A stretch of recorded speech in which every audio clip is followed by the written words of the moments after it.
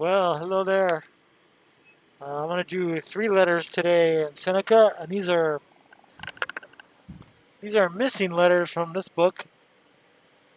Again, there's lots of missing letters. I'm starting to see a pattern.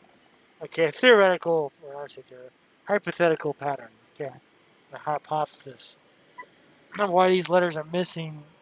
I suspect is probably has a lot to do with the perception of the publisher decision makers back in 1969, which is 50 years ago. Um, so I kind of starting to see a little bit of a theistic pattern of the publishers. Uh, so I think that's why some of the letters are missing. Actually, a lot of letters are missing. And my perception is okay, it's purely hypothetical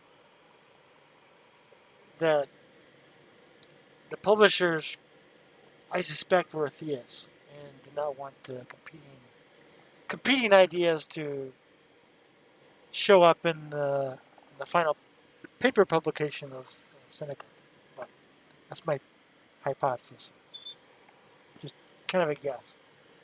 And the reason why I say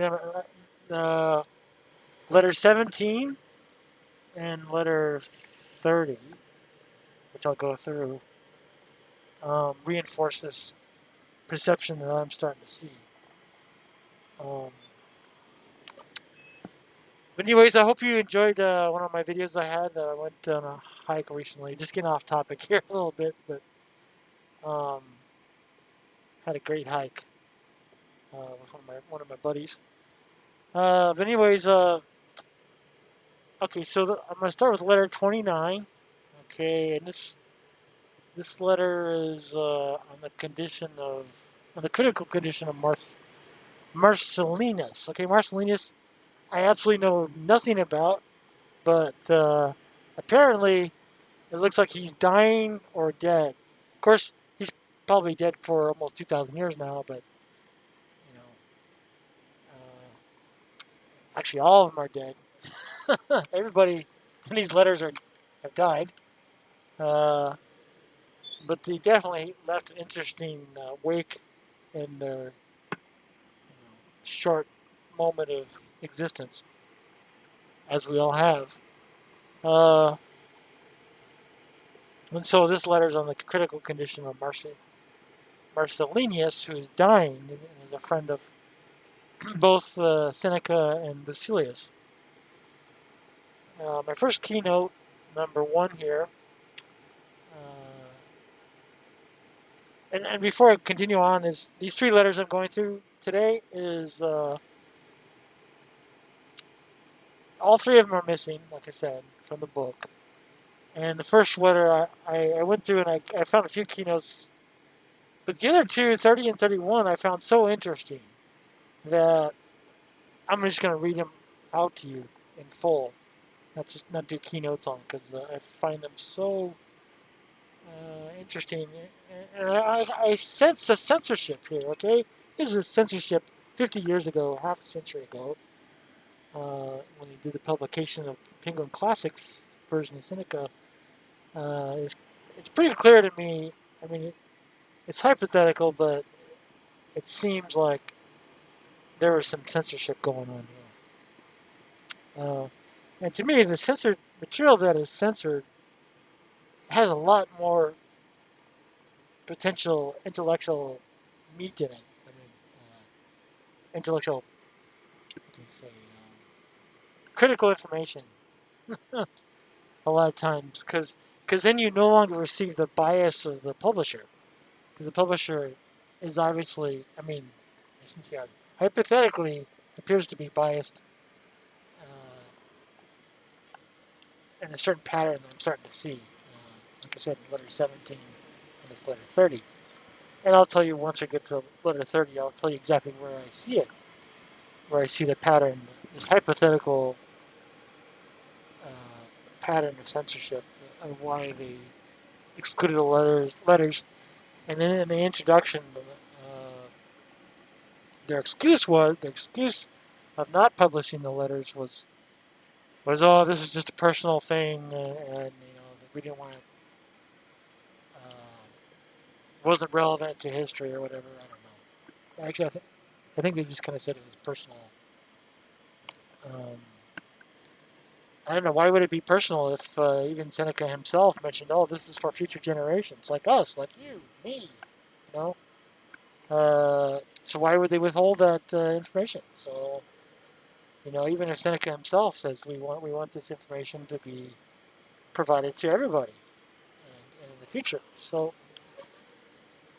that's why I'm going to read some of these letters in full, and just like prior videos, I'm going to the missing letters. I'll post the entire letter in the comments below, so you can see the full letter that wasn't in the paper book. Okay, so and I've checked uh, other at least one other. It's kind of interesting. They even have a different face. Some of these Seneca books even have a different statue on them. Because I've seen another one that has a totally different statue of a guy on the front, Seneca. So it's probably not Seneca. Maybe nobody knows what he looked like. I mean, I don't know. But even that other book I saw with a different statue is missing the same letter numbers, at least from what I checked the first few of them. So. Okay, so the first keynote here, in letter 29, this is all about Marcellinius. I don't know if I pronounced his name right, but our friend Marcellinus, this is Seneca talking with Lucilius in his letter. There is indeed danger that he may pull his helper down, for there is in him a native character of great vigor, though it is already inclining to wickedness. Nevertheless, I shall brave the danger and be bold enough to show him his faults. So, Marcellinius is an old man. I don't know what you call old man. Old man. And Seneca is recognizing he needs help, and I guess this is kind of where the idea that cranky old man comes in. Uh, there's what happens is as people get older, they get needier. I mean, more needy because the system starts to have functional failures, like joints start failing, components start failing. Kind of reminds me of my car. Sometimes it overheats because it keeps leaking, coolant or oil and coolant, both oil and coolant. And so you got all these cracks in the system, and it's not a trivial procedure to lift off the you know head gasket and replace the gasket where the coolant fluid goes through and the valves and pistons all go through that gasket. There's a lot of effort to fix that. So, and sometimes it might almost not be practical to fix it, but because it costs more time and energy to fix it than it does to buy a whole new car, but, or buy a used car that's not as old. But anyways, I don't mean to get far off topic here, but so Seneca is trying to help Marcellinus, who's dying, I guess. Uh,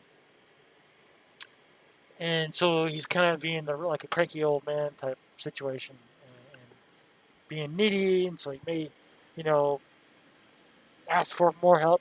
Like Seneca gives him a little bit of help. He's expecting more and more help, you know, and sort of weighs him, pulls him down, uh, you know, as a helper. And so, but nevertheless, Seneca is seeing how I shall brave this danger and be behold enough to show him his faults.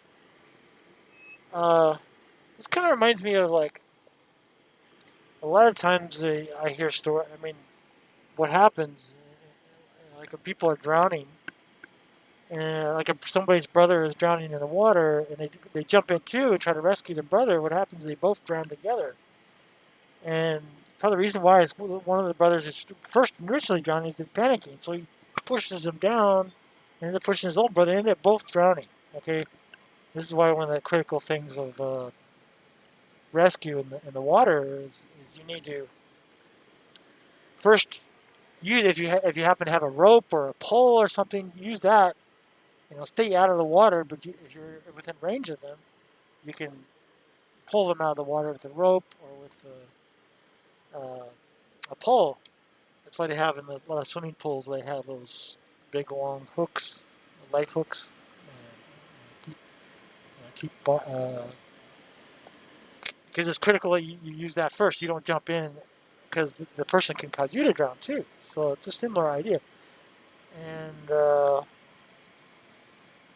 and if you can't do that, if you don't have a life hook nearby, hopefully you have something to throw. At least throw to them so that they can survive. That's why lifeguards always carry a flotation device so they can help rescue somebody. So this case is like an old age. I mean, it's harder.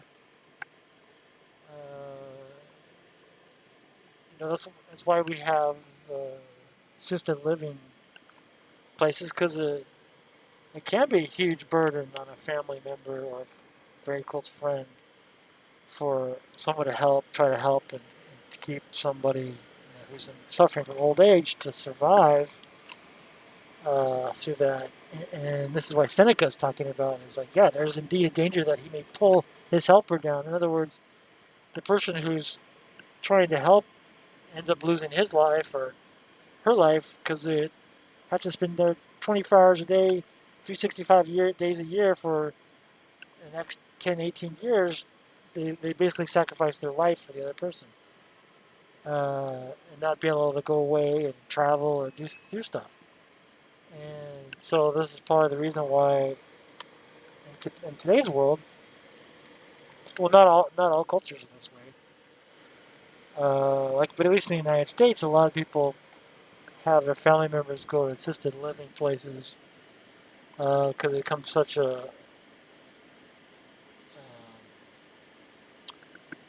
Seneca say, the helpers are pulled down, such a burden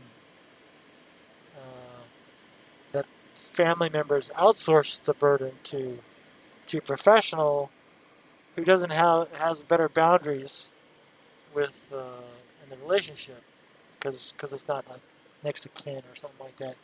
So it's probably a little bit easier for the professionals to deal with that, and not as hard for next to kin.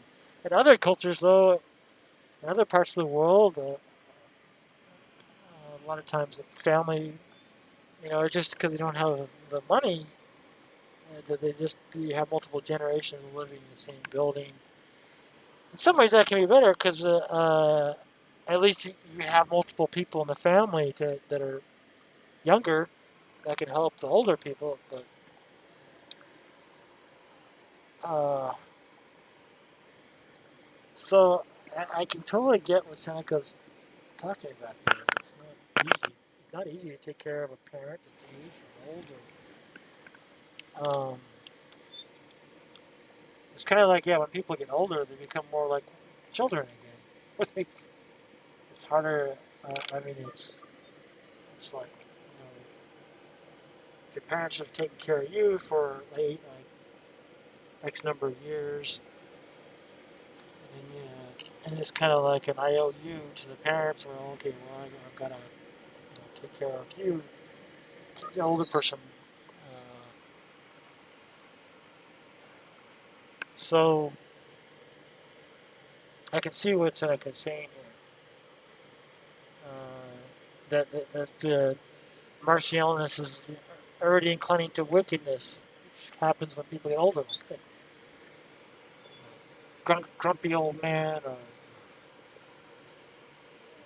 but instead he wants because he's I guess Martialness is kind of like a philosopher.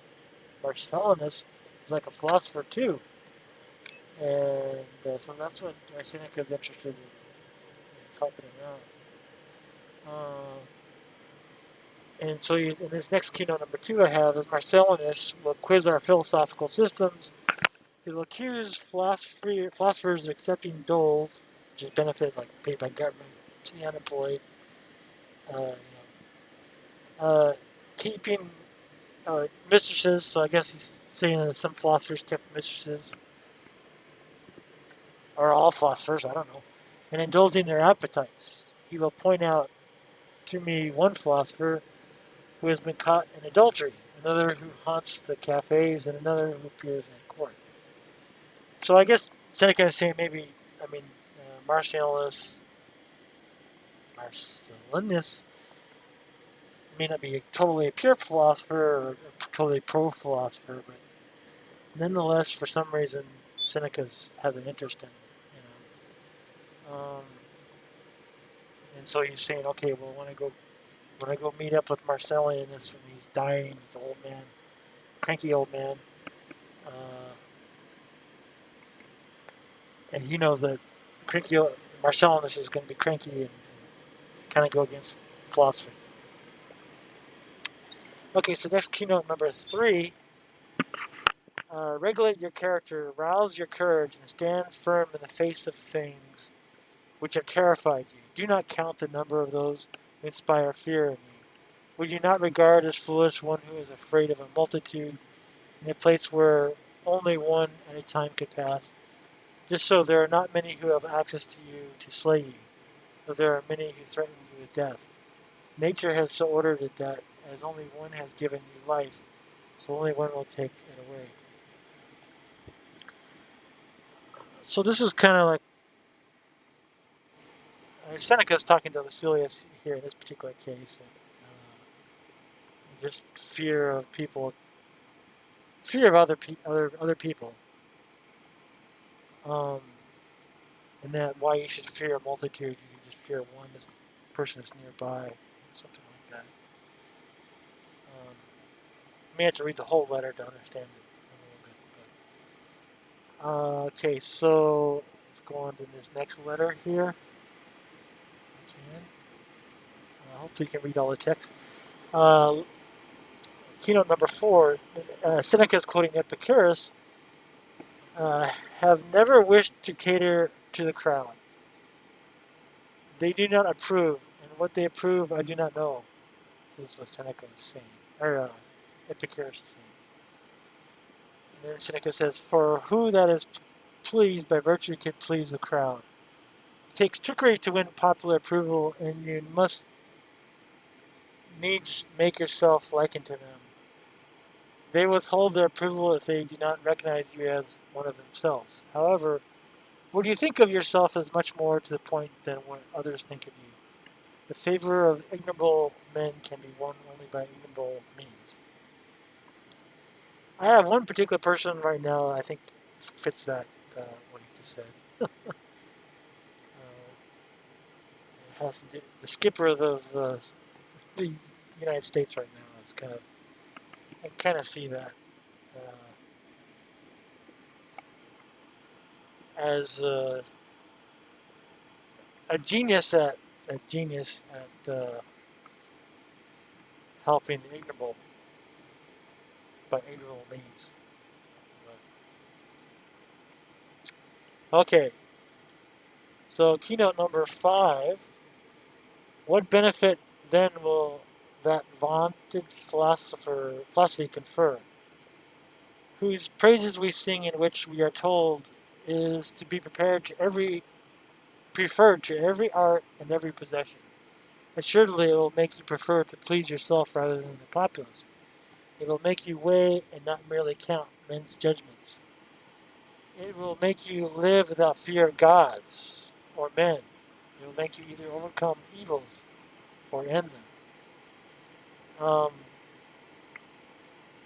This is one of the parts where I feel like the Penguin Classics publication, just like in letter 17, I think they want people to fear God.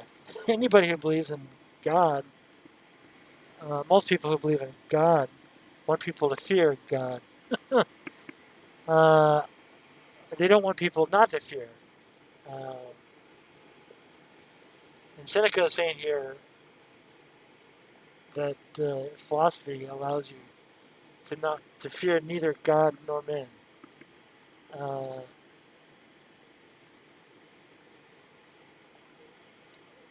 yeah. So and also make you overcome evils in them, depending on what defines as evil. Um,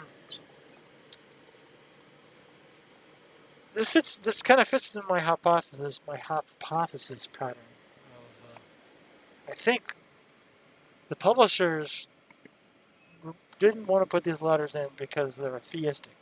In other words, they kind of were biased potentially by the Abrahamic myth of the Christian Bible. And so they kind of wanted to maintain that perception, the persona. And because of that, that's my hypothesis or idea that this is why one of the reasons why they're leaving out these letters because they want people to fear God. They want people to fear man, other men, up and want people to fear people above a chain of hierarchy or authority or whatever, just to maintain a control system. Um, so so yeah, this keynote is just saying that philosophy allows you to live without fear of gods or men. It'll make you either overcome evils or end them. So it's pretty profound. I mean, it's like it's no wonder. I mean, if the people who censored these letters in the publication, I could I can see they could get really upset, especially with this without fear of God and man. Because I see a lot of people say, "Oh, I only want to be around people who fear God or whatever." It's like I want to be people to be on my team. It's like they actually killed people. They took in the past they took this to such extreme that they kill people who didn't fear God or didn't believe in God. They actually kill people because that's how extreme they take it. Uh, Heretics, and that's a great way to protect an idealism, to hijack the amygdala of the masses of people to control and manipulate the minds. Is to threaten them with death if they don't believe in your team's philosophy. It's kind of like treason for schizoph- not being schizophrenic in a certain way. Uh, Publicly condoned form of schizophrenia is, it is what it is. So yeah, I can totally understand if it's a censor that wanted to censor these. I mean, if the publisher was a theist and might have been very offended by these letters that they left out. So that's why you don't see them. It's like 50 years. So I'm getting to wonder how many publications of the Letters of the Stoics, the actual book. I'm tempted to go on Amazon and find out and look and see how many books are missing all these missing letters. How many of them are missing them? It'd be very interesting to see if there isn't a single written publication that has the missing letters. I mean, if there's any written publications that have all the letters in them, it'll be interesting. I'd like to do that research. If you do that research, please comment below. I'd be very curious. Okay, so letters 30 and 31. What I'm going to do with these is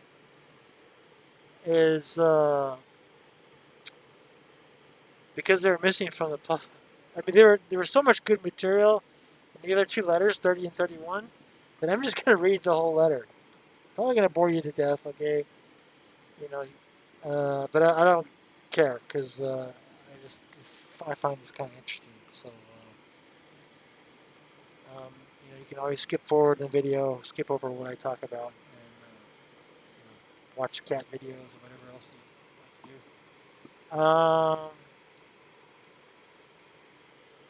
Okay, so I got to bring up the other letters here, which I'm going to try to do.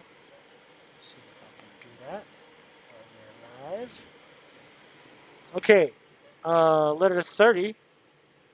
So I'm just going to read this whole thing. You can read it yourself too. I'll read it out loud. I'll just kind of comment. Okay, the title of this letter is on conquering the conqueror. Right?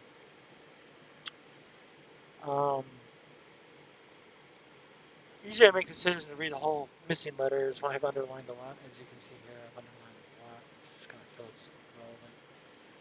I have beheld a Phidias Bastus. I have no idea who the compilation of this guy is, but that noble man, shattered in health and wrestled with his years, but they already bear upon him so heavily that he cannot be raised up. The old age. Okay, this is another old man that Seneca and Lucilius are talking about.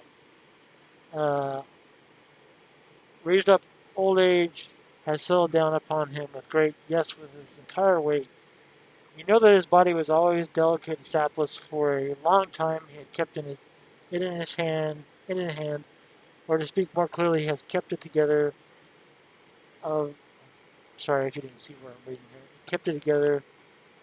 Of a sudden, it has collapsed.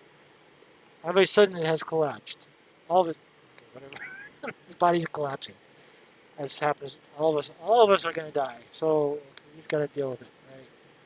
So just as in a ship that springs a leak, you can always stop the first or the second fissure, but with many holes begin to open and let in water, the gaping hole cannot be saved. Similarly, in an old man's body, there is a certain limit up to which you can sustain the prophet and prophet's weaknesses. Keep all the holes. There's only so many holes you can patch at once. Uh, but then when it comes to resemble a decrepit building, when every joint begins to spread and while one is being repaired, another falls apart, then it is time for a man to look about him and consider how he may get out of the ship. And there's like kind of a neat depart from life, basically the footnote says. Um, so yeah, it's like when you're so old, your heart's got like 5,000 leaks and livers and all that. You just can't save the ship. And so it's time to go out. Kind of reminds me of Neil Armstrong. When he died, his heart, he had to do a heart surgery. So in a way, the hospital system actually kind of caused him to check out a little bit earlier, whether it was intentional. I mean, I don't think it was intentional. Uh, but I guess when he was in the ICU or intensive care unit after, um, so they had like these catheters or whatever inside his heart, and so one of the procedures the nurse had to do is pull out the catheters, and he was bleeding in his heart, and they couldn't stop the bleeding, and his heart stopped. He died. Checked out. So this is the first man to walk on the moon, Neil Armstrong, and uh,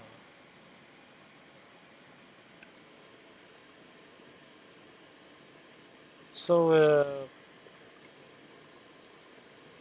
so yeah. I mean, his ship, basically, his body is like a ship, and just think like the lunar module. It's like it was just him in there. Buzz Aldrin's sitting to the right of him as the lunar module pilot. But anyways, if it was just him inside the lunar module, as it was just Buzz Aldrin inside the lunar module when Neil Armstrong was stepping out. But it just say if it was just Neil Armstrong in there, and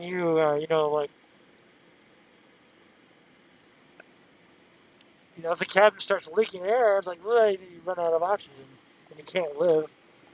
Well, it's just like the heart. If the heart's not beating, it can't transfer blood, which carries oxygen to all your cells. The critical function of cells to operate is to have oxygen. I think it's part of that electron, or I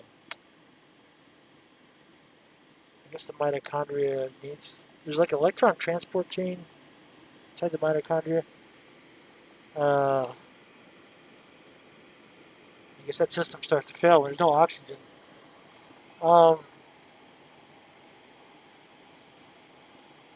so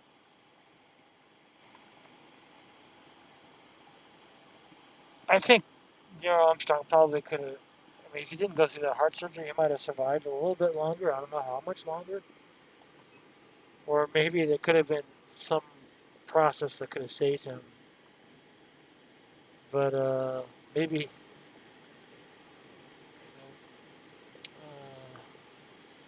I've been told that people who die, it may actually be their decision in a sense.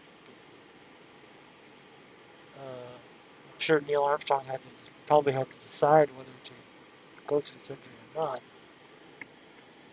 Uh,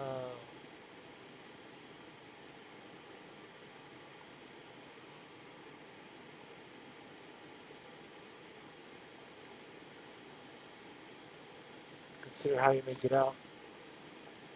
Um, so yeah. I mean, if you're interested in that, actually what happened, I mean, you can search on the internet. That's the story that I found.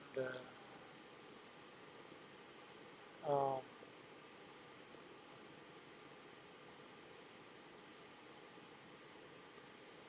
it's just amazing how our society or civilization, it just seems like it was such a great. I mean, we've only had 12 people walk on the moon, and why don't we? I mean, I didn't even know Neil Armstrong was alive until the day after he died. Until the day he died, which is just creepy to me. But it's a whole other.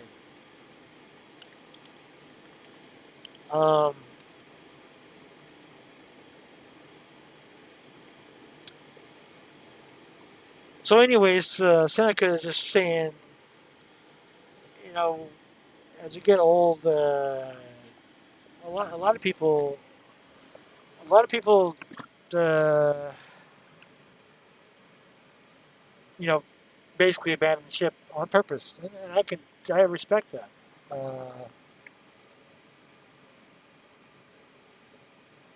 mean, it's called suicide, but really it's like euthanasia in a sense, but it's self euthanasia. Um, it's a really controversial topic because a lot of people, like Dr. Kevorkian, is helping people do it. I think you would probably, in spite of the fact that you're suffering, you probably want to try to experience as long as you can.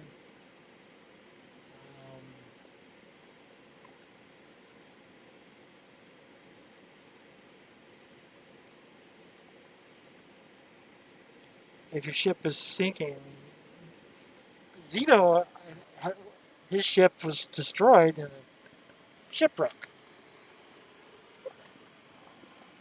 Um, and so,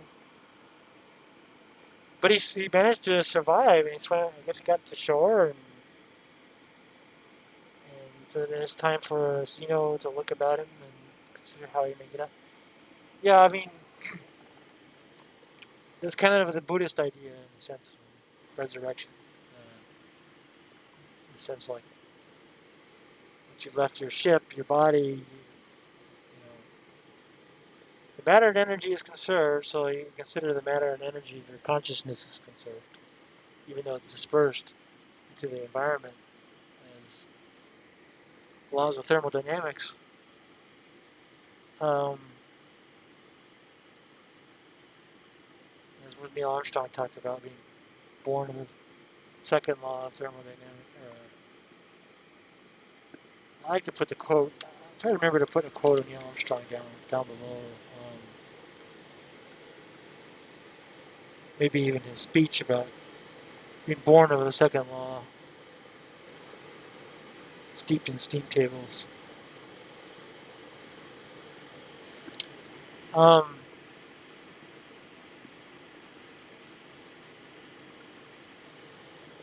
it's all fascinating stuff. But anyways, next of this letter 30, Seneca says, "But the mind of our friend Bassus is active. Um, Philosophy bestows this bond upon us. It makes us joyful in the very sight of death, strong and brave no matter in what state the body may be, cheerful and never failing though the body fails us. A great pilot can sail even when his canvas is rent, ripped up sails. If his ship be dismantled, he can yet put in trim what remains of her hull and hold her to her course. This is what our friend Bassus is doing, and he contemplates his own end with courage and countenance, which would regard as undue indifference in a man who so contemplated in others. This goes back to my feeling of Neil Armstrong. He actually uh,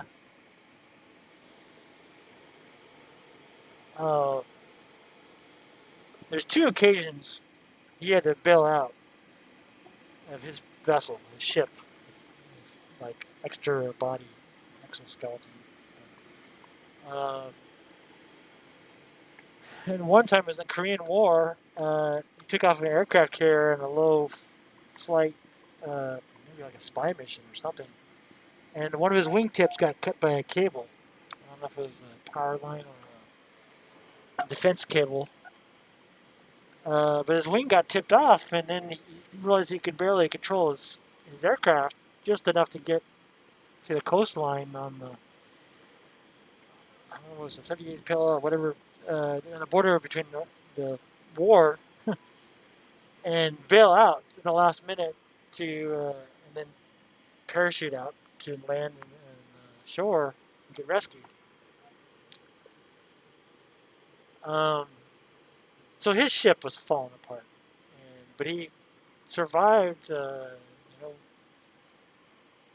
Um, so he was a great pilot, still even when his wing was cut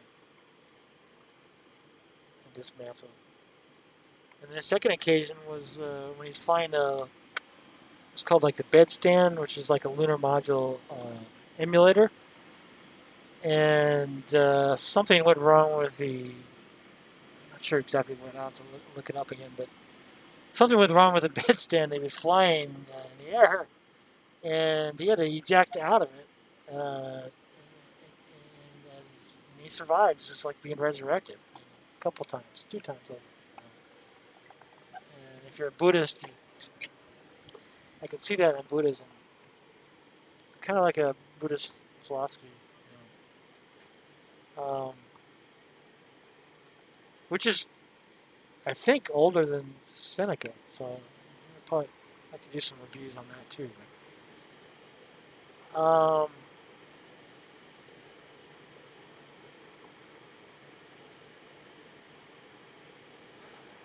so I guess Boss is another guy that's dying, just like the other letter, Marcellinus or whatever. Okay, so the next keynote here is Seneca saying, "This is a great accomplishment, Lucilius." He's telling Lucilius. Seneca's telling Lucilius, and one which needs long practice to learn, to depart calmly when the inevitable hour arrives. Other kinds of death can contain an ingredient of hope. The disease comes to an end. The fire is quenched. Falling houses have set down in safety those whom they seemed certain to crush. The sea has cast ashore unharmed those whom it has engulfed by the same force through which it drew them down. The soldier has drawn back his sword from his very neck of his doomed foe. But those whom old age is leading away to death have nothing to hope for. Old age alone grants no reprieve. No ending, to be sure, is more painless, but there is none more lingering. So, um,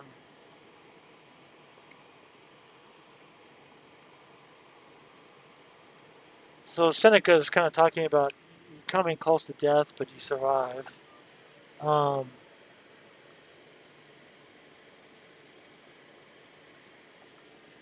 but how to depart when You have to die. We all have to die.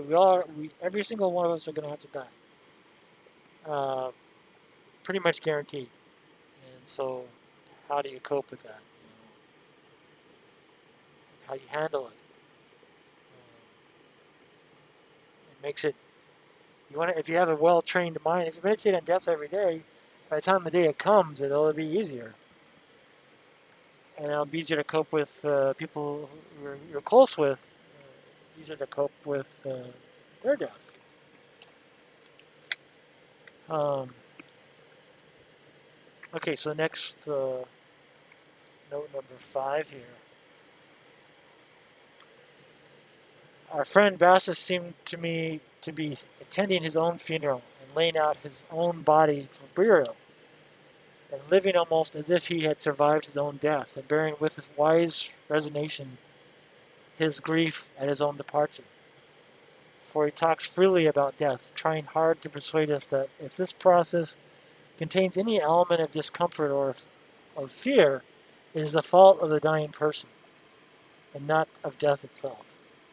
Also, that there is no more inconvenience at the actual moment than there is after it is over. And it is just as insane, he adds, for a man to fear what will not happen to him as to fear what he will not feel if it does happen.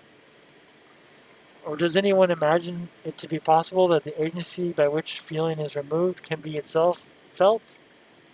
Therefore, says Bassus, this stands so far beyond all evil that it is beyond all fear of evils. So what we're saying is there's no hardware to feel any pain, fear, suffering when we're dead. There's nothing to be afraid of because there's no mechanism. I mean, I look at pain and fear and suffering as signals. Like just think of a spaceship. Your spaceship has alarm systems to keep the spaceship functioning, operating, alive, and thriving.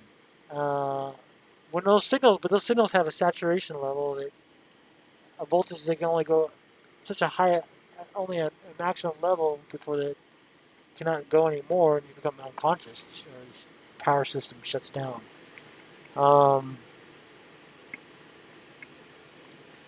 And this is I really love this thing here. It is this quote, and it is just as insane, he adds, for a man to fear what will not happen to him, which is, fearing what happens after you're dead. There's nothing to fear because you have no hardware. No software requires hardware to run off. Your brain, your consciousness is like software that's running off of hardware.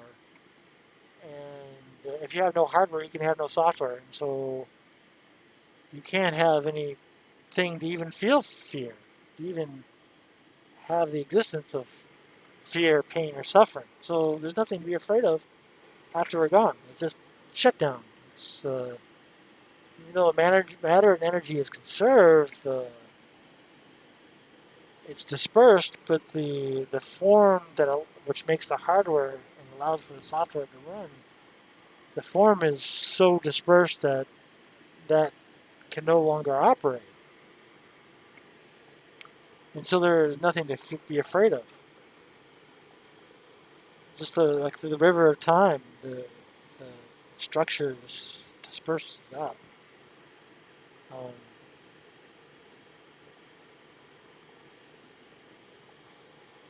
it's really good stuff, and it's sad that they left this out of the publication. Even got all the people who bought this book won't ever get to know about what's being said in these missing letters, and all the other publications that didn't include the missing letters are gonna miss this. This is great stuff. I mean, most everybody kind of. I don't think there's a person in the world that doesn't have some or has ever had some kind of fear of death. And these are very comforting words. If you ask me, more comfortable than the Bible. I tried reading the Bible a little bit, the Christian Bible, and I realized, boy, that guy suffered from schizophrenia. There's a lot of schizophrenia going on. But maybe I'll do a book review in the Bible. I'll probably do the Quran first because I'm kind of I've never read anything out of the Quran. I read parts of the Bible, not a lot, but be good to review, just out of curiosity. Not that I believe any of the stuff, but anyways, okay, the next keynote here, number 7. I know that all this has often. Oh, actually, this is the. It's not a keynote. It's the letter. Seneca's letter. Seneca saying, "I know that all this has often been said and should be often repeated, but neither, when I read them, were such precepts so effective with me, nor when I heard them from the lips of those who were at a safe distance from the fear of the things which they declared were not to be feared. But this old man had the greatest weight with me when he discussed death, and death was near. For I must tell you what I myself think. I hold that one is braver at the very moment of death than when one is approaching death. For death, when it stands near us, gives even to inexperienced men the courage not to seek to avoid the inevitable. Yeah, because we're all going to die. Every single one of us. Including you watching this video. Most likely, within the next 200 years, everybody's going to be dead.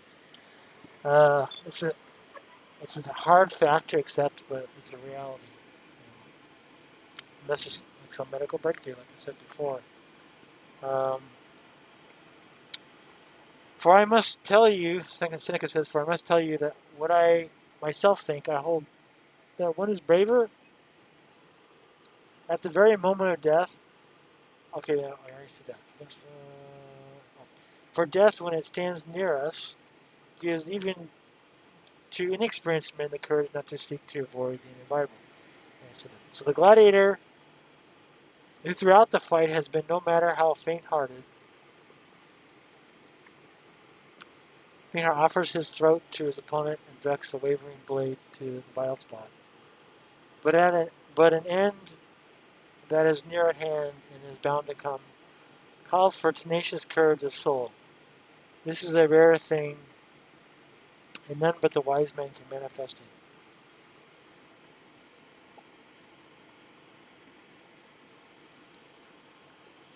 Yeah. Let's see what this keynote number 2 is. Bottom number 2. The defeated gladiator is supposed to be on his back, his opponent standing over him and about to deliver the final blow. As blade wavers, the throat searching for the delivering victim directly points to him.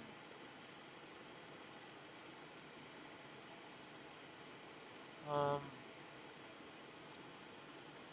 maybe Neil Armstrong was suffering when he decided to go through the heart surgery. Kind of points to his own bug in his heart.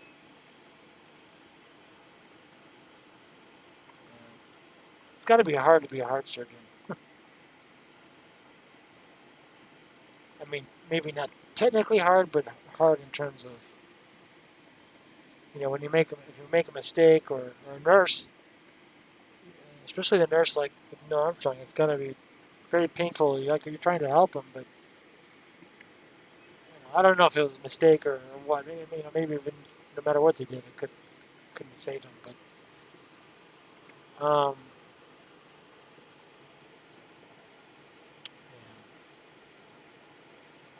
Okay, so next keynote number 9 here. Let me just shrink myself a little bit. Well, I'll just shrink myself. Okay, Seneca says, accordingly, I listened to Bassus with the deepest pleasure. He was casting his vote concerning death, and pointing out what sort of thing it is when it is observed, so to speak, near at hand. So you can imagine Bassus here is dying, and Seneca's like sitting or standing next to him, sitting. And so Bassus is giving him a first-hand account of, like, it's kind of like you're flying an aircraft and it's going to crash. The airplane's going to go down and go down with the airplane. Just, you know, kind of like a flight data recorder, but a live speaker saying, "Hey, yeah, okay, got my right wing engine out, left engine's out, no power at all, rudder controls are out." So Bossis is telling Seneca, hand hand to hand account, and then and you think of like the guy who's flying the plane, Bassus, his plane is his body essentially. And he's just kind of giving a first hand account, but he's like totally, uh, he's ready to, ready to depart, and so he's communicating to Seneca, what he observes inside his ship, which is body essentially, his ship, and he's content, even though he's going to crash and die.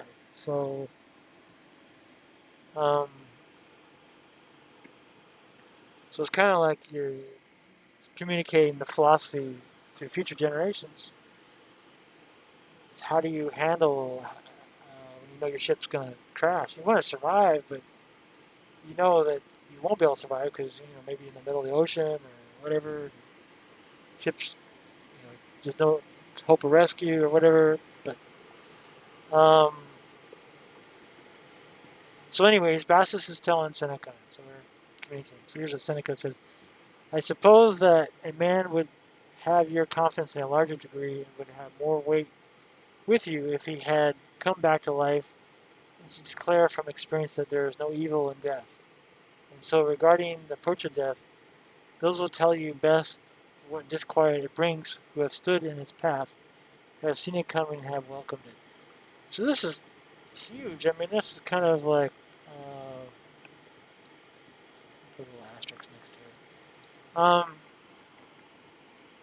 So Seneca, of course, is talking to Lucilius, but he's describing Bassus, and Bassus is dying, but he's dying with confidence. And if he had come back to life, so he say he crashed his plane, or his ship was destroyed in the shore like happened to Zeno, and he managed to survive his body, his ship. He managed to bail out or whatever, like Neil Armstrong, and he came back to shore to, go back to his desk and start working on the drawing board. Okay, what kind of problems, what kind of failures did I have? How do I improve? And that's what the beauty of this conversation between Bassus, Seneca, and Seneca talking to Silius, um, is is how do we improve each other? This process of death. How do we handle this? Okay, and so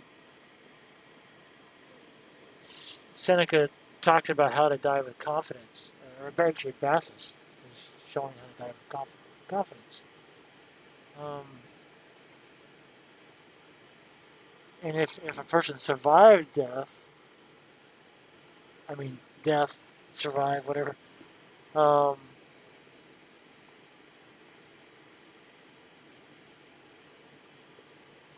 yeah, it's real interesting. I mean, in the Christian theocratic system,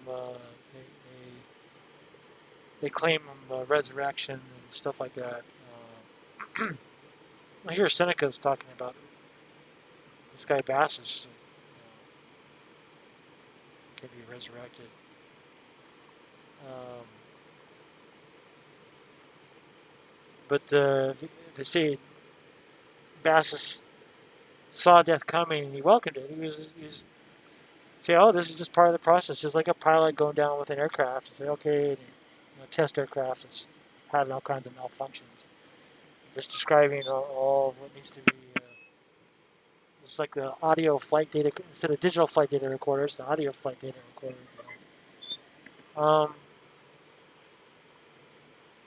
So Bassus may be included among these men, and he had no wish to deceive us. He says that it is foolish to fear death as to fear old age. For death follows old age precisely as old age follows youth. So this reminds me of Neil Armstrong too. Is before when he was learning to get his pilot's license, he saw a fatal crash. He was like walking home from flight school or something like that, and saw a fire. I don't know, probably the body of the pilot, probably maybe burning alive or something. And so it probably really was a, and he was young. I mean, this is before he got his driver's license even. So he was very young. Neil Armstrong saw this,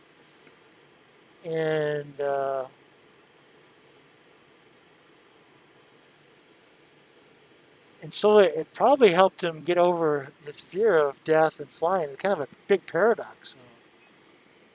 So, you know, I've been told that someone related to me is I used to be a firefighter at an airport, Air Force base, and when the planes crashed and there's a bunch of bodies, burned bodies, he tried to keep the new pilots from seeing the bodies or the crash pilots. And maybe in a sense it might have been better.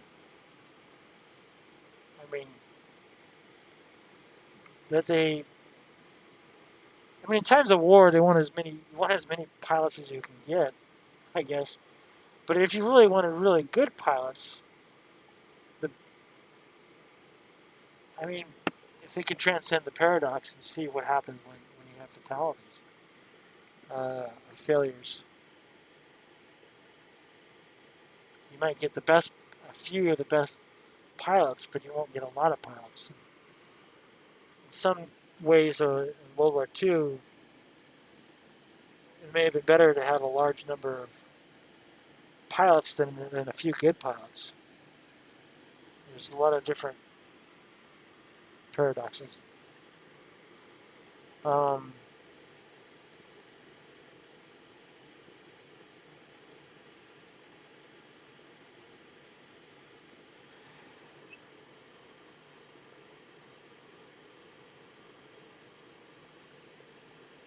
so back to Seneca here.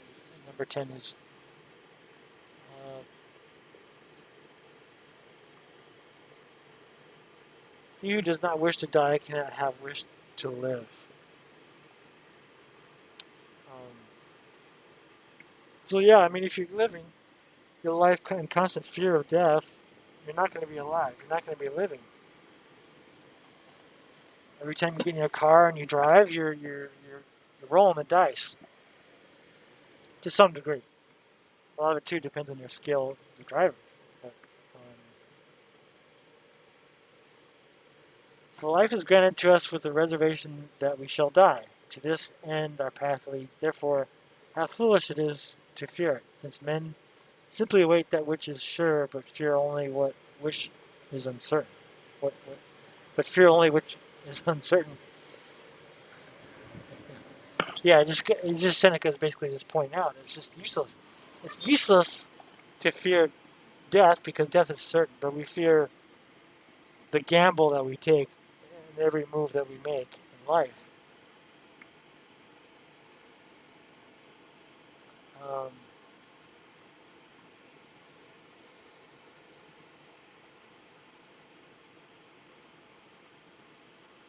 Death has its fixed rule, equitable and unavoidable.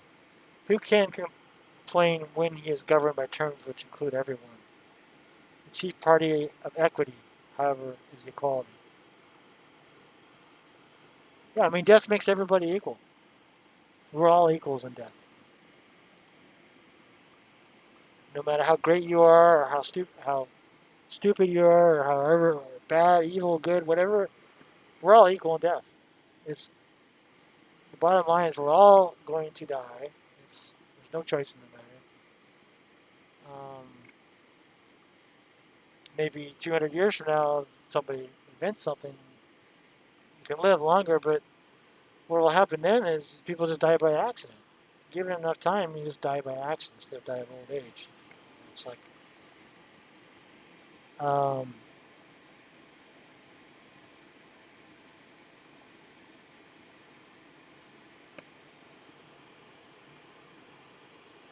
this is great stuff that they left out in the publication. I'm just, you know, I feel kind of lucky that I observed that there are letters that were missing from the paper book. It seems like the letters that I got here on the internet, they seem rational. I mean, logical. I mean, they seem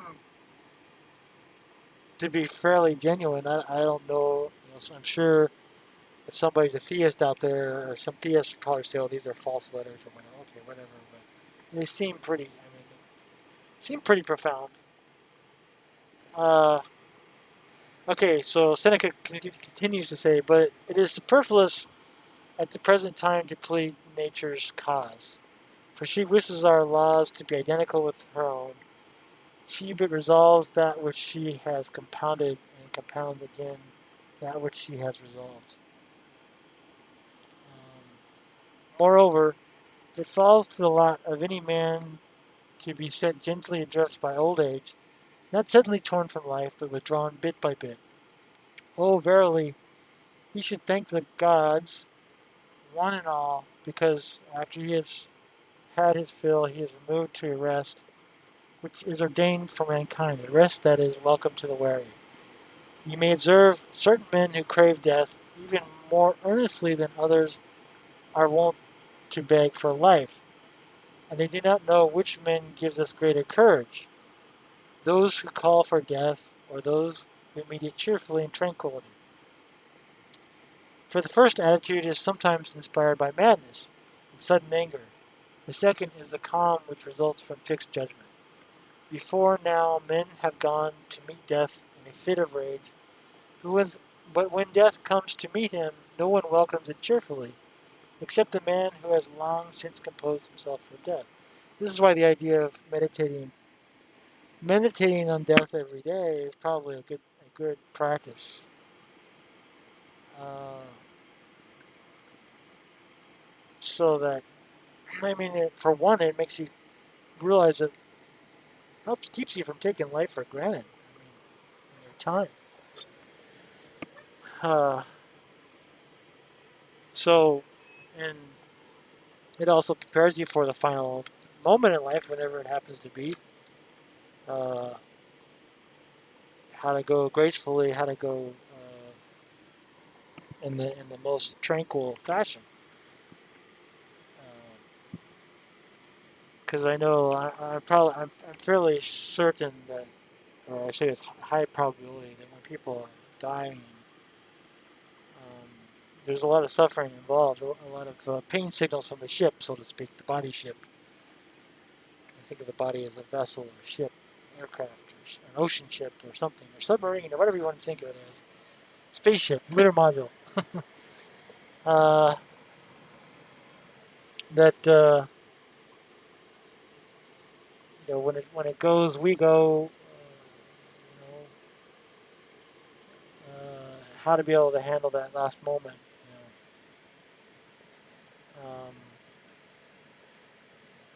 And inside the ship, there's a lot of sensor systems which are really pain and suffering. But as long as you understand from a mechanical, electromechanical, chemical point of view, these are all signaling systems that just evolved over millions of years just to function and try to keep you as a organism, that your ship organized and functional. But when those organisms start functioning, start failing, the signaling systems, all the alarm systems start going off. Just imagine your car, your idiot light, or whatever you want to call it, the idiot light. That's actually a good term for it. Idiot light goes on. It's engine failure, or your temperature gauge goes way up. Uh, that's pain and suffering. But on the one hand, when you go inside as your own skipper, you say, okay, yeah, okay, everything's fucked up, so I gotta do. What can I do? It's like I only have so much power. Car's only so maybe leaking everywhere, and you can't replace all the gaskets. But the pain and suffering, they're just signals. They're just if you put electrodes on your arm, you can actually make your arm go up like this because they're just voltages on the neurons, and the nerve pathways. So there's a limit to the signals, like to power up your idiot light, your engine failure light, is a limited voltage. Okay, and so that's your and you can choose not to look at it. You can just say, "Oh, that's what can I do?"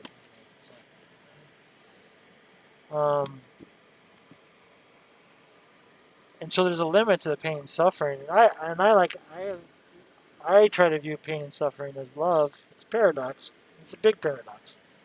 It's kind of like in a yin and yang. You see the symbol. Okay, you see the black part of that symbol. The, the, the pain and suffering is like the black because it's all overwhelming. All right, and it's gonna when we die, it's gonna kill us eventually. But the little white dot in that black is like the paradox, which is the pain and suffering is just trying to keep you alive. It's that last bit. That's just it's love, okay, and you know we engineers create the idiot light so that you can repair and may have a chance to survive. You may if you survive you don't die. You may get back into the white zone, which is life, the full white zone. You could probably have a spherical version of the yin and yang where it actually connects both the black and the white together. You can see the pathway from one to the other. Uh, but yeah, it's just it's a distorted signal of love. Like the idiot light is distorted signal. And in order to get to love, you got to figure out what does the signal mean? You know, well, it just means that through millions of years of evolution, through millions of years of your ancestors have just said that they love you, basically. So, because this is how you this is how the organism tries to survive, try to operate. It's a function of operation. It's a function of existence, and so it's really love. It's just basically the pain and suffering is love. It's the idiot version of love. It's distorted. Okay, uh, the true love is to find out where you get out your owner's manual, so to speak. Not a lot of people call it the Bible. I just call it science, and you try to figure out well what is this? What kind of troubleshooting procedures can I go through if I can? And you may not. When you're at your end, you pretty much don't have any uh, manual to open up at that point because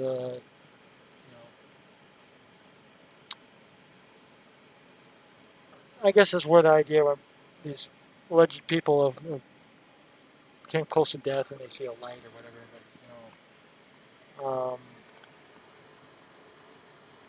So I think it just I like it when I go.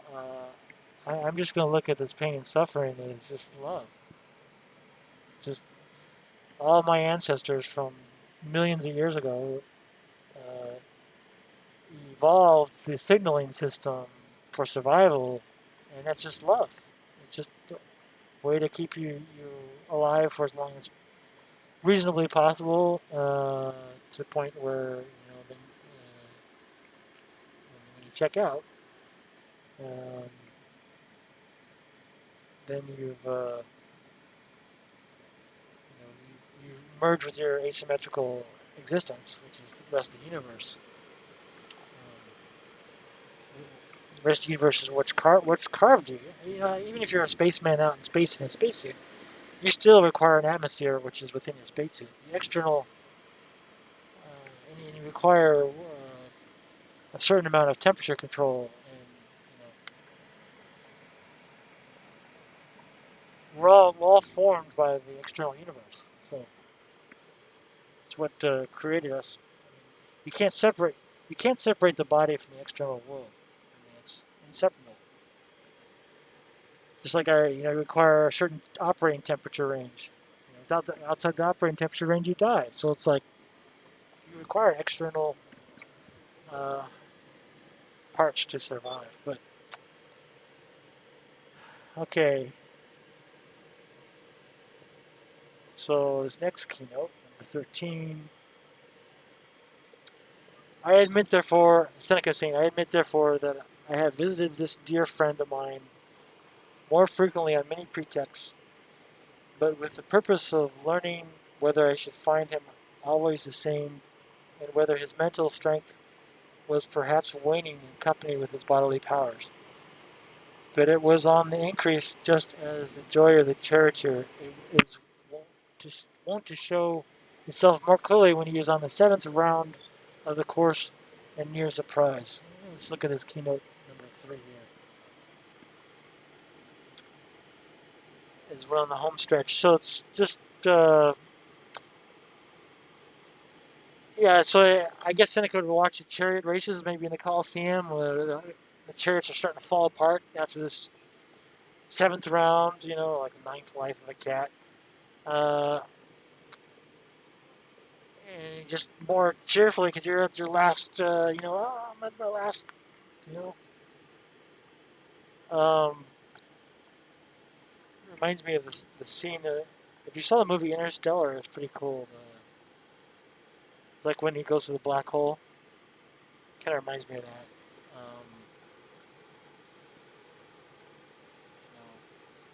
How do you cope with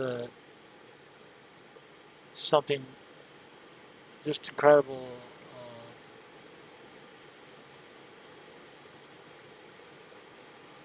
At the end of life. Um,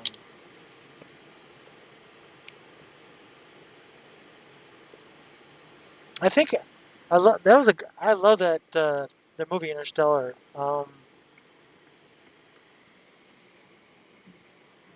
Some scientists did not. I think Lawrence Cross had some critical uh, state didn't like it as much. I loved it. I probably would have wrote it a little bit differently at the end. I think, but um, the connection between his daughter, father, and the daughter. It's such a great movie. I just love it. I highly recommend you see it if you haven't seen it. Okay. Okay, so the chariot's going around the course. So indeed, Seneca says, he's writing to Lucilius again. Indeed, he often said, in accord with the counsels of Epicurus, quoting Epicurus now, I hope first of all that there is no pain at the moment when a man breathes his last breath. But if there is, one will find an element of comfort in its very shortness, for no great pain lasts long. So it's almost like when you're dying, it's like, okay, you got all these pain signals in your vehicle, your idiot lights flashing or whatever. It's almost probably like, at the moment where you go, you just decide to look away from the light, so or the idiot light, because it's painful. I imagine. I mean, a lot. I mean, unless people die instantaneously, it probably not as painful death. Like for instance, the World Trade Center, the people who fell out of the building probably didn't suffer as much. But I mean, um, but in any case, anyway, a person dies. No great pain lasts long. At all events, a man find will find relief at the very time when soul and body are being torn asunder, even though the process being accompanied by excruciating pain. In the thought that after this pain is over, he can feel no more pain. So again, I mean, to me, the best way to cope with pain, to my perception, and suffering, is to think of it as love. Okay, because don't run away. I look at pain as very valuable. Pain and suffering are very valuable in the sense that it's critical information for your body and your mind to to find. I mean, they're all correlated with fear.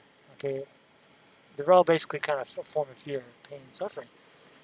And it's just it's like an idiot light. It's distortion. Okay, it's distortion of what true love is, which is trying to figure out what part of your body is malfunctioning, what part of your mind is malfunctioning. Okay, and then you can get a less distorted, less idiotic view of what's going on. And there and the pain and suffering comes from millions of years. I mean, all of human evolution, all prior evolutions of the organism of the body is all built into that pain and suffering. It exists to optimize your survival, and it's love in that sense because it's keeping you functioning or trying to survive, trying to keep you alive. Um, but it has a limit, and this is what Seneca is talking about. Um,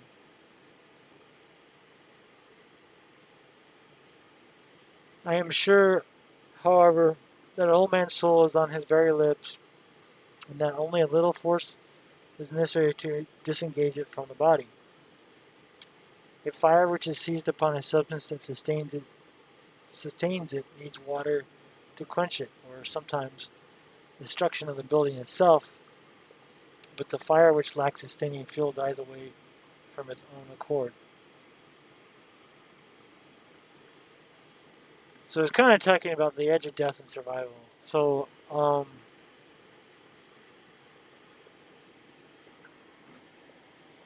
and so, and also, I love it. Like when Marcus Aurelius, if you see me videos of Marcus Aurelius, he talked about mind fire a lot. A mind fire. Um,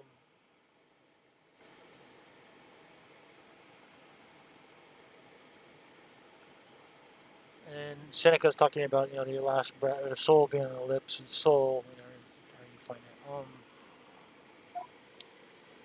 I look at that consciousness as it doesn't take much for consciousness to go away. Have you ever had surgery or like I had my wisdom teeth pulled, and I realized it's like when you put you under anesthesia, it's just a totally different experience. It's nothing like sleeping. Well, I mean, it is like sleeping, but it's a timeless sleep where there's no perception of time, and it's a fascinating, amazing thing. Um, and it's probably just about like what it's being to be dead is to be put under anesthesia and then be resurrected if you're lucky, or if the anesthesiologist does it correctly, you come back to life.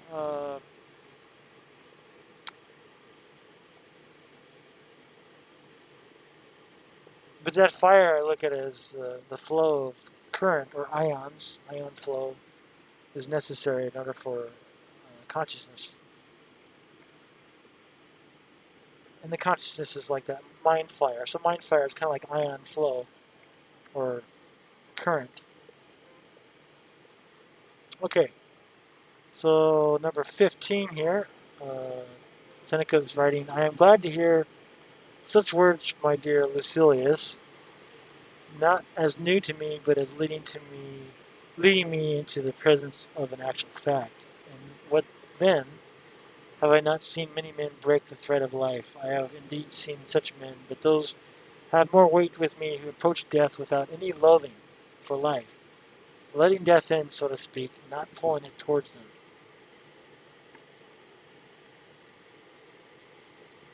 Bassus kept saying, it is due to our own fault that we feel this torture, because we shrink from dying only when we believe that our end is near at hand. But who is not near death? It is ready for us in all places and all time, at all times. Let us consider, he went on to say, Seneca's quoting Bassus, let us consider, he went on to say, when some agency of death seems imminent, how much nearer are other varieties of dying which are not feared by us? A man is threatened with death by an enemy, but this form of death is anticipated by an attack of indigestion. And if we are willing to examine critically the various causes of our fear, we shall find that some exist and others only seem to be. We do not fear death, we fear the thought of death. We do not fear death, we fear the thought of death. For death itself is always the same distance from us. Wherefore, if it is to be feared at all, it is to be feared always. For what season of our life is exempt from death? It's basically just saying, yeah, we can die anytime. I could die right now because a meteorite just comes, you know, catch it on video. Meteorite comes down and I turn into like flames. And, be a terrifying video, but hey, it's like, I'm gone, whatever. But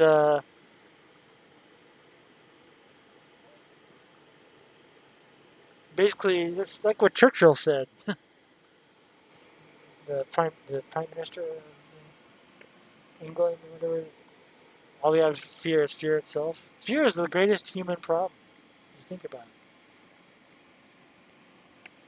So if you understand fear, you can live life in a much more tranquil way.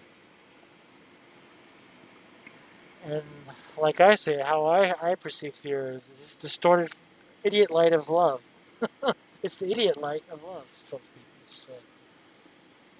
It's a form of love that's trying to keep you operating.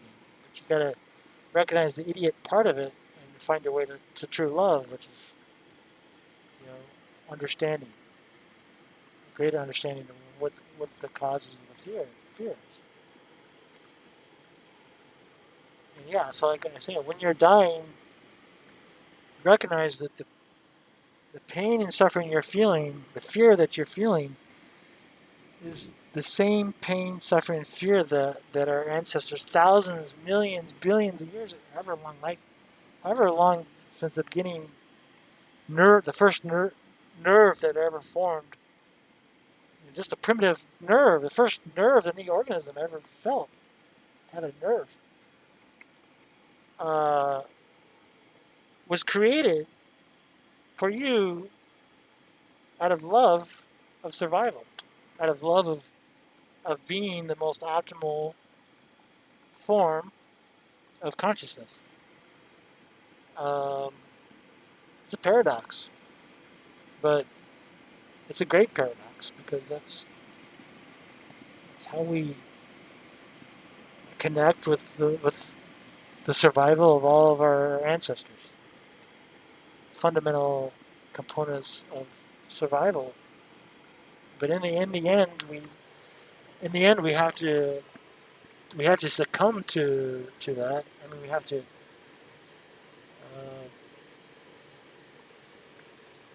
we have to embrace it. Um,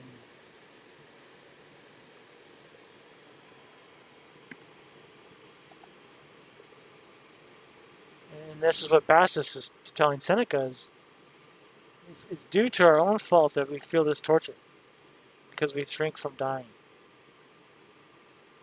Only when we believe that our end is near at hand, or only when we believe that our end. Yeah, so we have a choice that we feel this torture. We can choose not to feel that. I mean, we can choose not to be tortured. If we until we embrace our fear, which is really the idiot light of love, so to speak, uh, until we fully understand what it is, it's love. It's the love of our evolution, of all of our ancestors prior to our existence. Um,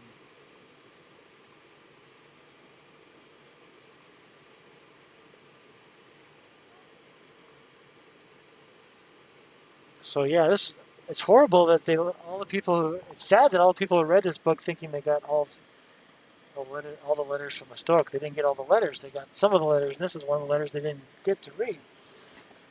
Uh, so it's interesting. It's valuable information. Okay, so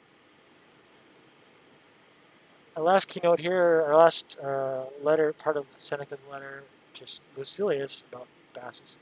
But what I really ought to fear is that you will hate this long letter worse than death itself. Probably like how you hate my videos, worse than death itself. I love the Seneca's sense of humor. So I shall stop. Do you ever always think in death in order that you may never fear it? It's interesting, yeah. That's why it's good to meditate death in every day, as Marcus Aurelius did, just so that you can cope with it, because it's a fact of life. It's a fact of being alive. In fact, when you do that, you're transcending the paradox of life and death. You're appreciating your life. You appreciate your life when you meditate on your death. So, okay, so that's letter 30. I got one more letter here. Okay. I can bring the letter up. 31. Um, almost got 3 hours already. So yeah, I feel. I mean, it's kind of sad that they didn't put that letter in the publication, but yeah, at least I kind of found it here. Okay, so this is 31. Again, I could just kind of focus on what I underlined here. So this is on siren songs. Okay. Speaking of wax in my ear, I'm rubbing wax in my ear. I guess what they, if you're familiar with the on siren songs, is I guess these sailors in the ocean were going out and there's these beautiful hot females that the male sailors, the men sailors would hear these very seductive songs, and I guess if they heard the songs, they would crash their ship and die or whatever. So they used wax in their ears, and so I was rubbing the wax out of my ear to try to see what they're talking about. I mean,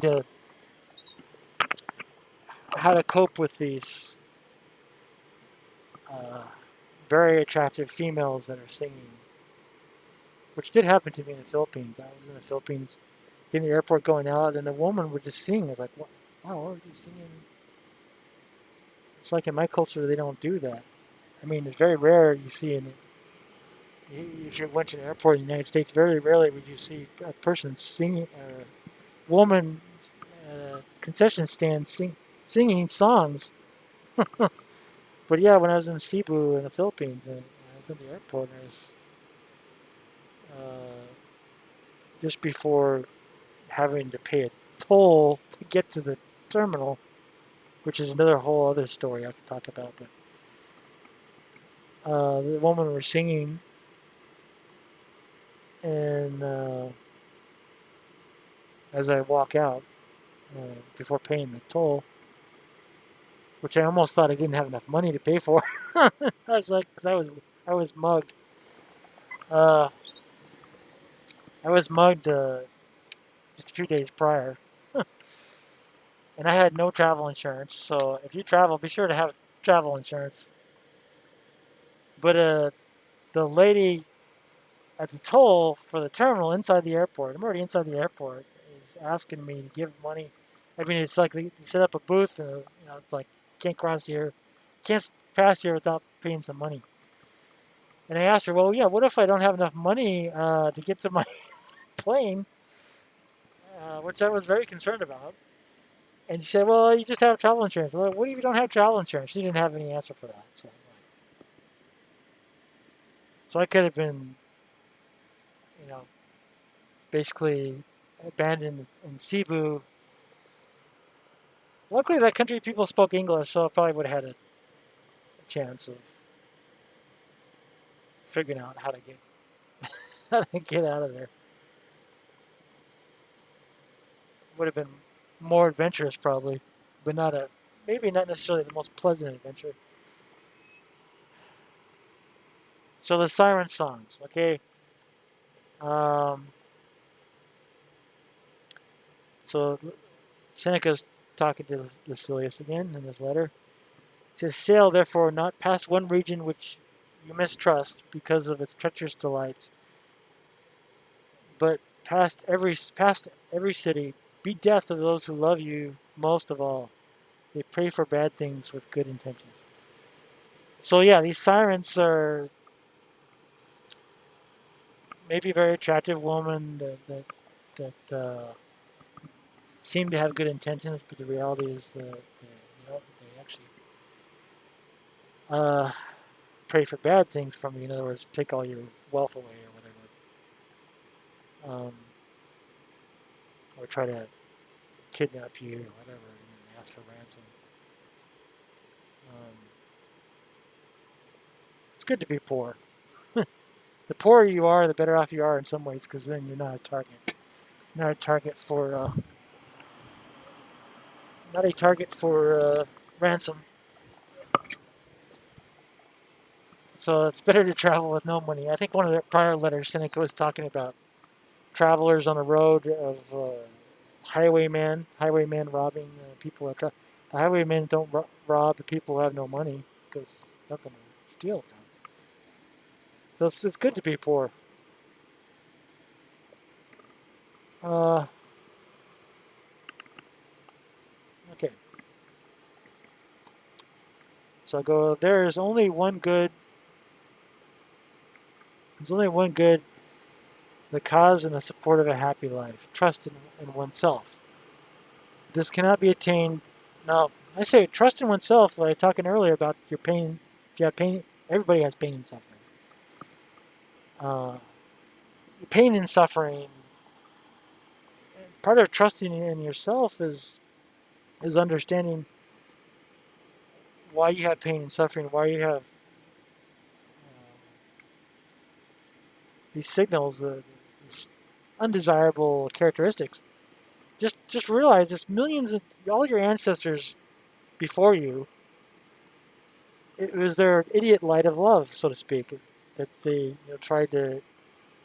It's tried to optimize your organism for survival and sex, reproduction, and so. But it's an idiot light because it's it's critical to understand that to find true love of what keeps you operating. Because really don't want to run away from the pain signals in this. You don't want to run away from your suffering. You don't want to run away from your pain signals. You want to fully embrace them to understand, try to find the true love of what they mean, what it means, what did millions of years of evolution do to make you feel pain and suffering? Well, do that to try to keep you alive and to help you reproduce, or to survive, or to help your fellow sapien reproduce, you know, and survive and thrive.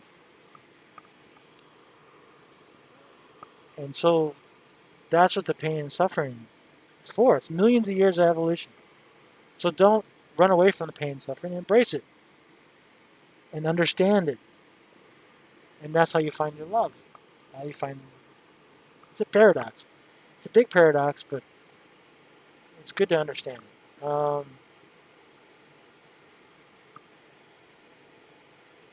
Okay, there's only one good, the cause and support of a happy life. Trust in oneself. That's what I said. That's why the trust in oneself is what I'm saying is trust your pain and suffering. Embrace it, and trust it, because millions of years of ancestors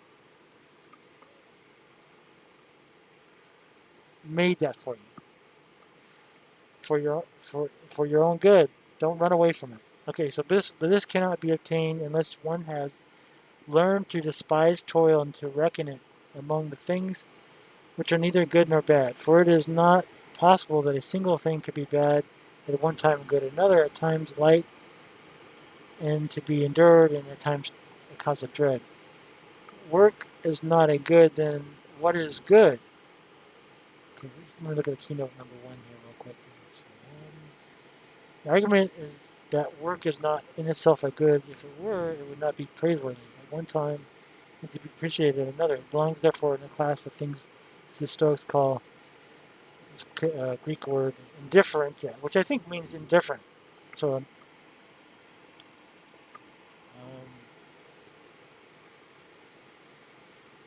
okay, so go back up here. Then what is a good? I say the scorning of work. That is why I should rebuke men who toil to no purpose.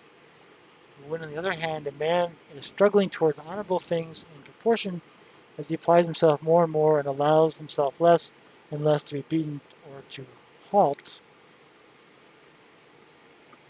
He literally comes to the end of his furrow. Furrow. I shall recommend his conduct and shout my encouragement, saying, by so much you are better, rise, draw fresh breath, and surmount that hill, if possible, in a single spurt. Um,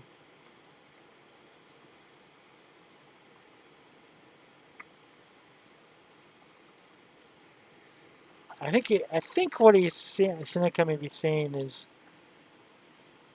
work that is according to your nature,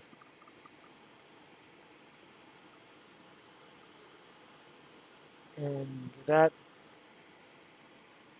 I mean, I look at it as kind of, if you're working smart, you want to work smart before you work hard. You can work hard and do nothing productive, but if you work hard at working smart before you work hard, um, okay, so let's go on here. Uh, Make yourself happy through your own efforts. You can do this if once you comprehend that whatever is blended with virtue is good, and that whatever is joined to vice is bad. Just as nothing gleams if it has no light blended with it, and nothing is black unless it contains darkness. It draws to itself something of dimness, and as nothing is hot without the need of fire, and nothing cold without air. So it is the association of virtue and vice that makes things honorable or base.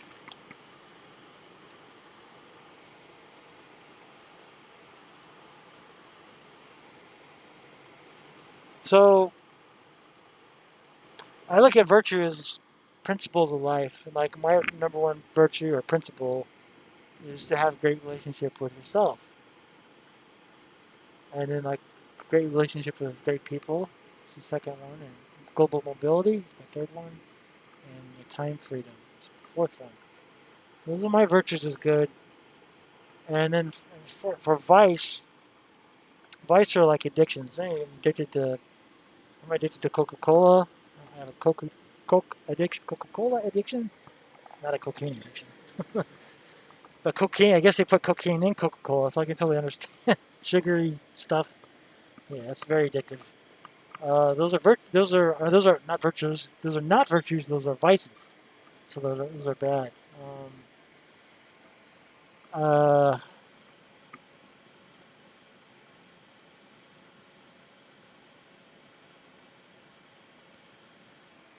I would say this. I would say it depends on how you apply that. I guess just as nothing gleams, it has no light. Okay. Uh,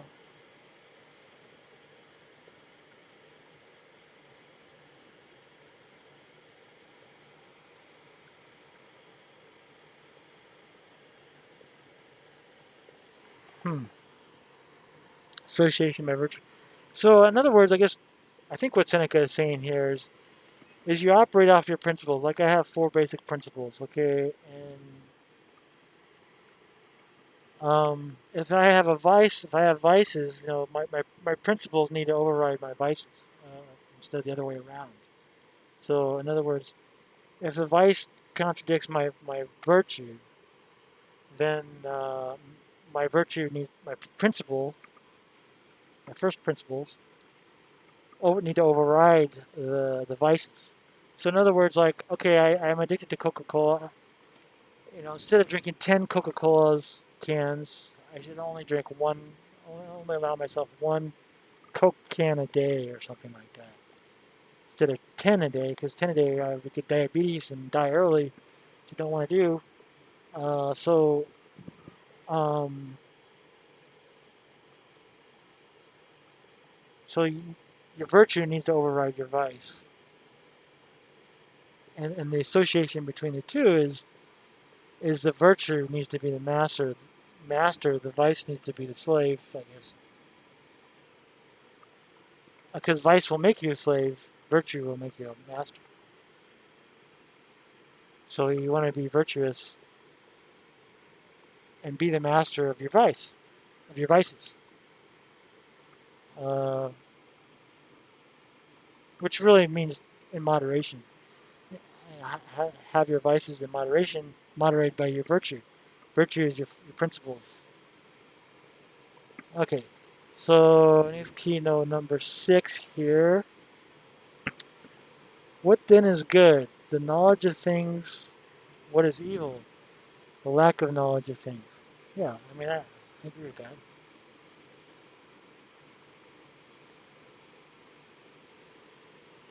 Uh, yeah, just like pain and suffering. If we're ignorant of our pain and suffering, that's an evil to our relationship with ourselves.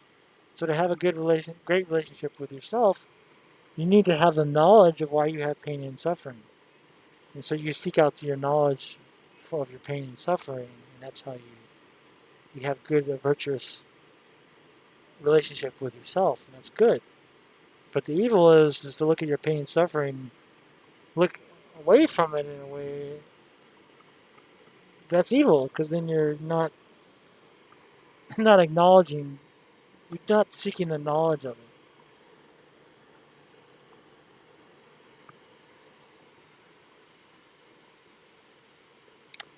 Okay, and the next thing I've underlined here is in order that virtue may be perfect, there should be an even temperament and a scheme of life that is consistent with itself throughout. And this result cannot be attained without knowledge of things, and without the art which enables us to understand things human and things divine, that is the greatest good. If you see this good, you begin to be the associate of the gods and not their supplement. Supplement. Let's just look at keynote. Let's look at the footnote number 3. It's philosophy. Right, so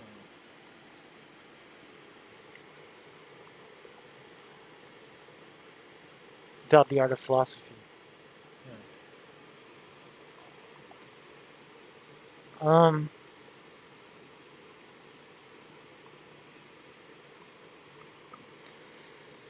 So can't retain knowledge of things. Yeah, I mean, knowledge is very useful.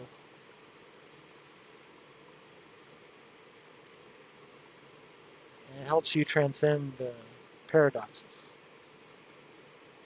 Okay, so the next note here. But how, you ask, does one attain that goal? So Seneca's quoting Lucilius, maybe. You do not need to cross or Seneca's just quoting in general, cross the Pennine or Green Hills or traverse I have no idea how to pronounce these words, Candavian ways to face of Sirius or Sicilia. These words are really hard for me to pronounce. Although you have traveled through all these places for the bribe of a petty governorship, the Seneca is telling the Silius he's traveled to all these places and he's being bribed by the government, because he's got a paycheck. The journey for which has equipped you is safe and pleasant, for he has given you such gifts that you may, if you do not prove false to them, rise to a level with God. God. Rise to the level. So here's God. Here's you. Same thing. This is another reason why I think this letter is censored. It seems to me I'm seeing a pattern of theism, or like anything that threatens the theistic perception uh, is censored um, in the publication of Seneca. Okay, so your money, however, will not place you on a level with God. However you define God, for God has no property. God, your bordered robe will not do this, for God is not clad in raiment, which is clothing, nor will your reputation, nor a display of self, nor a knowledge of your name widespread throughout the world, for no one has knowledge of God. No one has knowledge of God. Many even hold him in low esteem and do not suffer for so doing. This is another reason why I think, you know, why they publisher left this stuff out. 'Cause, if you're a theist or deist or whatever you're, monodeist, um, monodeist, believe in a god, this is gonna kind of shake your perception, and your amygdala may get hijacked by your monodeistic programming. Hence, they censored the letter or excluded it with the excuse of being personal. Okay, so what we have to seek for then is that what does not each day pass more and more under the control of some power which cannot be withstood. And what is this?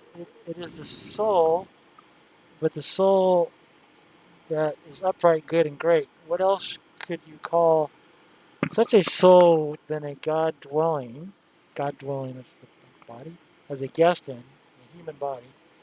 A soul like that, like this, may descend into a Roman knight just as well as into a freedman's son or a slave. But what is a Roman knight or a freedman's son or a slave? They are mere titles, born of ambition or of wrong. One may leap to heaven from the very slums, only rise and mold thyself to kinship with thy God. Okay, he's got a footnote here, number 9. Virgil. He's quoting. I have no idea who that is. But, this molding will not be done in gold or silver. An image that is to be in likeness of God cannot be fashioned to such materials. Remember that the gods, when they were kind unto men, were molded in clay. In the golden age described them, the men were nearest to nature and fresh from the gods. Kind of reminds me of the allegory of the cave. For sure, I'll put down that in the keynotes. Put in a comment below the allegory of the cave, so you know what allegory. So you get to know what allegory of the cave is. It's a philosophy of religion. Uh, oops, my mouse is that hard for me to find my mouse. Okay. Um. So that's it. There's a lot of mentions of God in here. My interpretation of God is nature. Okay, everything, including myself, including you. Uh, the laws of physics. Okay, or just when I drop this pin, we're within Earth's gravitational. We're close enough to Earth to have this level of acceleration, which is relatively linear. It's not entirely linear because the acceleration actually changes at each position the pin falls down. But anyways, if everything is governed by the basic, laws with no counterexamples, uh, all of time, future, and past and present, even the decisions and my thoughts and my words, all governed by these laws of nature. That's to me what I interpret as a God, okay, or as the God, or whatever you want to call it. It's my translation. Uh, so that's it. I'd be amazed if you watch this whole video without any interruption. I mean, if you didn't even pause the video once. I have to go to the bathroom, so it's like uh, talk for a couple hours. I saw a Joe Rogan podcast. It was 5 hours long. I think I made it to 4 hours so far. Last this was Duncan Trussell, I think. I got one last hour to watch it. I was like, I think Duncan had to go to the bathroom twice. But if we're in the astronaut space suits, they could be.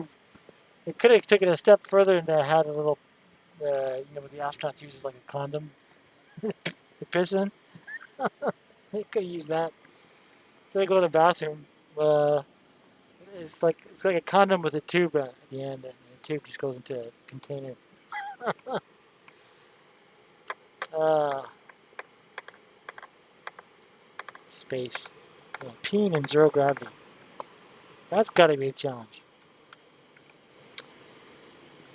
Uh, Yeah, zero gravity. So in zero gravity, when I drop this pin, it'll just hover like that. Spin it too. It spins by itself. So yeah, it's amazing. Apollo, which is the son of Zeus, I respect as a deity much more than the Christians' idea of God. Same with Islam and all those other people. Uh,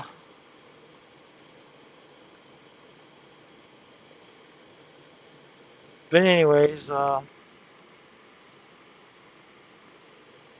you learned something from this. As I always try to say, hope I improved your life. If I'm not improving your life, please do not watch my videos.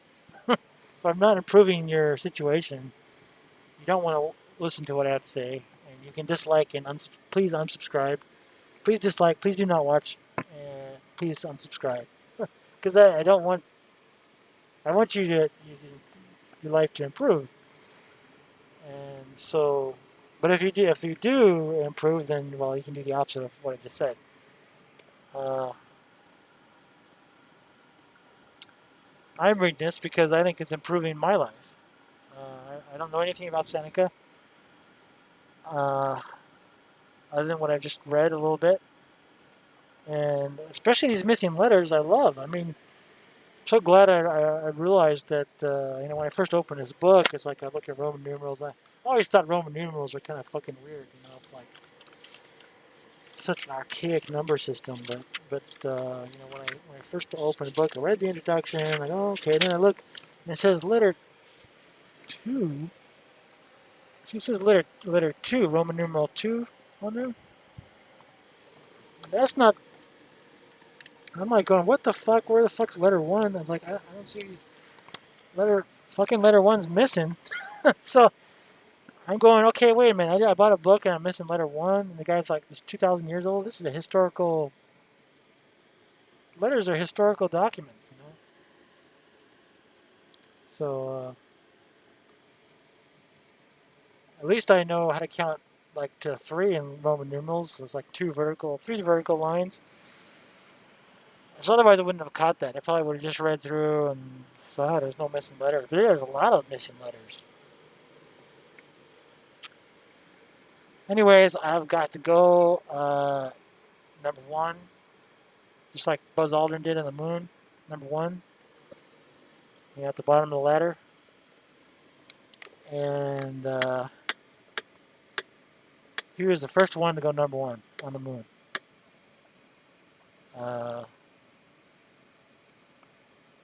That's magnificent.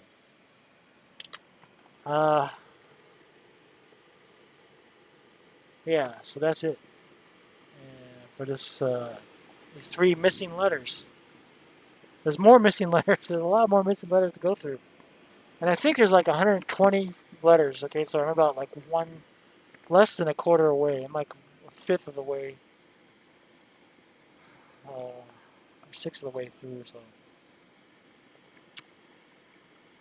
And yeah, I'm obviously talking more than if you just read the letter straight off. So you'll get through this faster than I will if you just read the letters. But yeah, it's interesting. It's interesting.